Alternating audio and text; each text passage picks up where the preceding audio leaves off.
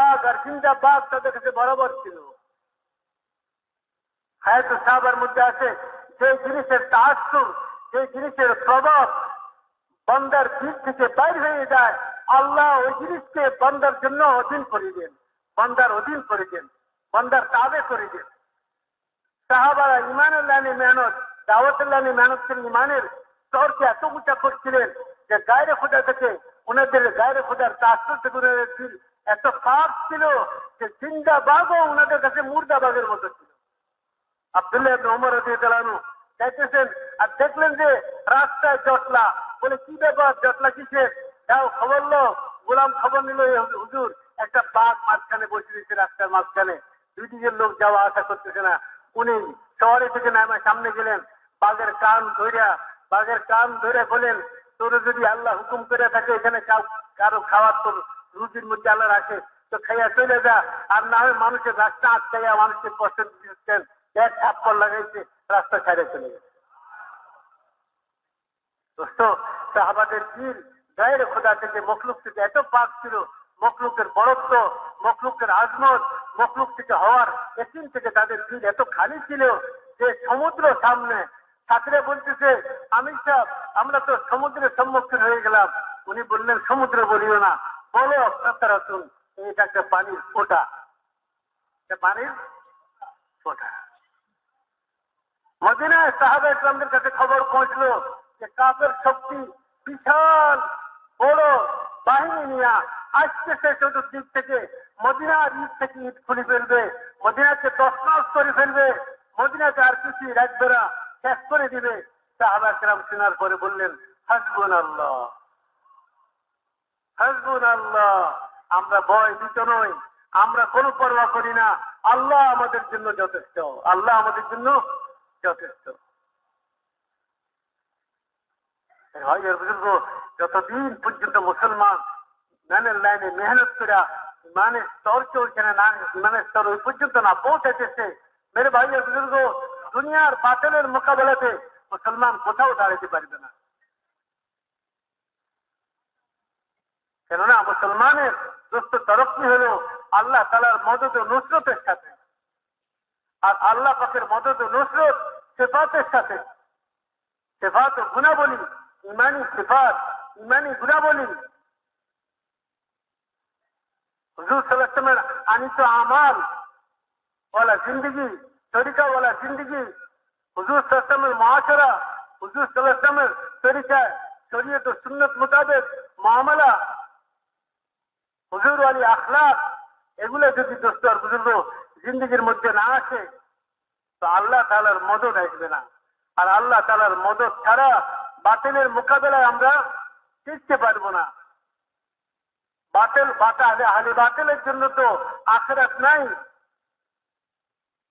দুনিয়াতে কিছুদিন তাদেরকে আল্লাহ তাআলা দিয়ে দিবেন, আখিরাতে তাদের জন্য কিছুই নাই। তাই আসবাবের লাইনে তারা উন্নত, আসবাবের লাইনে, বস্তুর লাইনে তারা উন্নত, প্রযুক্তির লাইনে তারা উন্নত।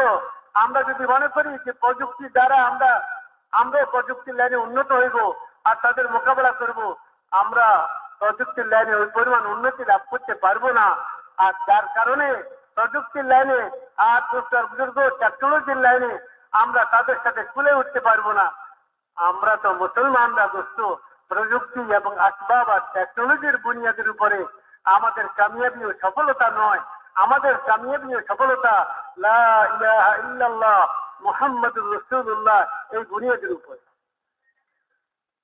এই জন্য দোস্ত রোজানা আমাদেরকে মেহনতের মধ্যে রাখতে হবে, রোজানা আমাদের মেহনত করতে হবে। আমাদের ঘর, আমাদের বিগল বাচ্চাদের তালিম তরবিয়তের ব্যাপারে আমাদেরকে ফিকির করতে হবে।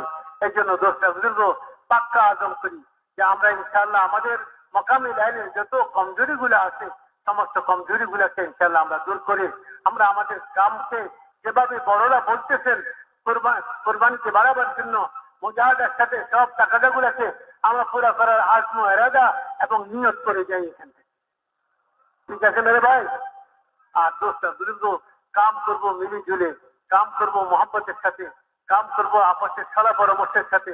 আমাদের মেহনতের মধ্যে কোনো মাতবরি নেই, আমাদের এই মেহনতের মধ্যে কোনো ঠিকাদারি নেই যে এটা কেউ ঠিকাদার হিসাবে চালাইতেছে না ভাই, আমাদের মেহনতের জান হলো মশওয়ারা, আমাদের মেহনতের জান মশওয়ারা, আপসের মহব্বত, আপসের দিনগুলো জুড়ে যাওয়া। আর মশওয়ারার দ্বারাই দিন জুড়বে, আপসে মহব্বত পয়দা হবে।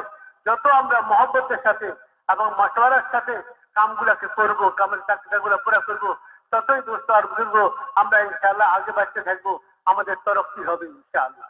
দোস্ত আর বুজুর্গ, আমাদের আখলাকের লাইনেও আমরা চেষ্টা করব যে আমরা আখলাককে উন্নত করার জন্য আমার দ্বারা যেন কেউ কষ্ট না পায়।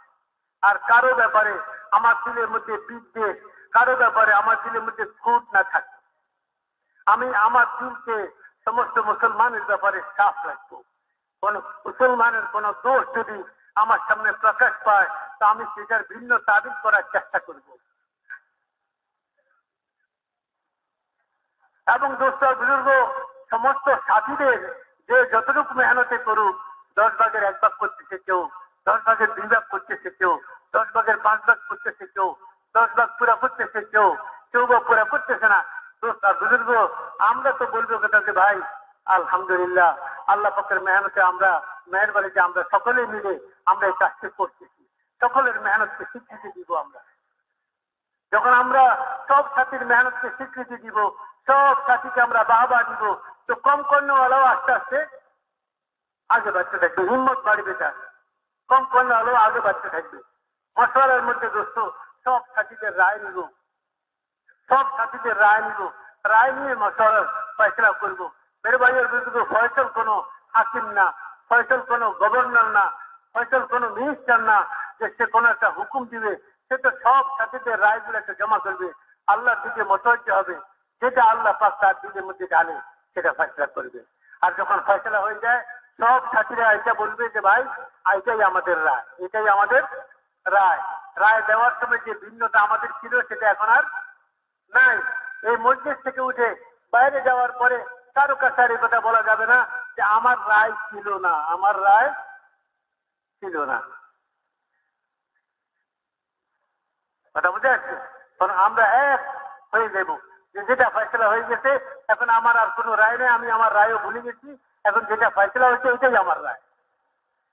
যখন আমরা সকলে একমত হয়ে যাব, সাফ করে নিব, আল্লাহ তাআলার মদদ তখনই আসে যাবে। আল্লাহ কামকে আসান করে দিবেন, কঠিন থেকে কঠিন বাধাকে আল্লাহ তাআলা সরাই দিবেন, কঠিন থেকে কঠিন বাধাকে আল্লাহ সরাই দিবেন। মেরে ভাইয়ের বুজুর্গ, মোহাম্মদের সাথে মিলে চলে আমরা চলবো। আর এর সাথে সাথে দোস্ত দোয়ার ইহতেমাম করবো, আল্লাহ তাআলার দিকে রুজু করবো। দোস্ত আর বুজুর্গ, আল্লাহ তাআলার কুরবত হাসিল করা, আল্লাহ পাকের সাথে তাআল্লুককে বাড়ানোর চেষ্টা করতে থাকবো, চেষ্টা করতে থাকবো। তো দোস্ত আর বুজুর্গ, যত আল্লাহ তাআলার সাথে আমাদের তাআল্লুক বাড়বে আর কুরবত বাড়বে এবং দোস্ত ততই আমাদের জিন্দেগি বনবে, ততই ইনশাআল্লাহ আল্লাহ পাকের মদদ আমরা হাসিল করতে পারবো। এবং আমাদের এই মেহনত আমাদের নিজেদের জন্য, উম্মতের জন্য হেদায়েতের জরিয়া হবে, হেদায়েতের জরিয়া হবে। আপসের মধ্যে কোন রকমের লড়াই, কোন রকমের ঝগড়া, কোন রকমের বিবাদ, কোন রকমের বিতর্কের মধ্যে লিপ্ত হইব না। এদিক সেদিকের কোন কথায় কান দিব না, এদিক সেদিকের কোন কথায় কান দিব না, বাস কাম করতে থাকবো। যে ভাই চিনচিলা দিয়া তো আমি শিখে আসছি অন্যকে ক্ষমা করে দেওয়া, চিনচিলা দিয়া শিখে আসছি বিতর্কে জড়িত না হওয়া, অন্য চিনচিলা দিয়ে শিখে আসছি একটা বিষয়, যেসব বিষয় মতদ্বৈধতা আছে এরকম বিষয়ের মধ্যে না জড়ানো। আমি তো ভাই কাজ শিখে আসছি, কাজই করবো, অন্য কিছুর মধ্যে আমি নেই। কারো বিপদ করা, কারো শিকায়ত করা, দোস্তার বুজুর্গ নিন্দা করা, এগুলোর মধ্যে না, বরং অন্যের গুণ, অন্যের বালাই গুলাকে তালাশ করে করে, অন্যের গুণ গুলাকে তালাশ করে করে সেগুলাকে দেখা। মাওলানা ইলিয়াস রহমাতুল্লাহ বলতেন, অন্যের গুণকে এত বড় করো, এত বড় করো যে তার দোষ গুলা যেন ওই গুণের ভিতরে ঢাইকা যায়, ওই গুণের মধ্যে ঢাইকা যায়। আর নিজের দোষ গুলাকে এত তালাশ করো, এত তালাশ করো যে তোমার দোষ এত বড় আকারে দেখা যায় যে তোমার যা কিছু বালাই গুণ এটা ঢাইকা যায়। তুমি নিজের দোষ গুলাকে দেখো, সে নিজের দোষ দেখে, অন্যের গুণ দেখে, আল্লাহ তার মধ্যে গুণ পয়দা করে দিন। আমাদের বড়রা বলেন, মৌমাছির স্বভাব পয়দা করো, মাছির স্বভাব পয়দা করিও না নিজের মধ্যে। মৌমাছির স্বভাব হলো ফুলের উপর বসে বসা, আর মাছির স্বভাব হলে পায়খানার উপর বসা। মাছি পায়খানাতে বসে, গন্ধ জায়গাতে বসে, দুর্গন্ধময় জিনিসের উপর বসে, আর মৌমাছি সবসময় পরিষ্কার পরিচ্ছন্ন সুগন্ধময় ফুলের উপর বসে, সুগন্ধিময় ফুলের উপর বসে। মৌমাছির স্বভাব পয়দা করো। আমি আমাদের সাথীদের ব্যাপারে আমার দিন যেন সাফ থাকে। আর কোন সাথীর সম্পর্কে কেউ যদি আসি কোন রকমের কথা লাগাতে চায়, বলতে চায়, তো তাকে বলে যে ভাই অন্যের দোষ আলোচনা করিও না। তাকে ওখানে বন্ধ করে দিই যে অন্যের দোষ আলোচনা করিও না, অন্যের কমজোরি আলোচনা করিও না। আর আমি যদি এখন তোমারে ওর কাছে লইয়া যাই আর যদি বলি যে এই তোমার ব্যাপারে এই কথাটা বলতেছে, তখন তুমি ওইটার প্রমাণ দিতে পারবে?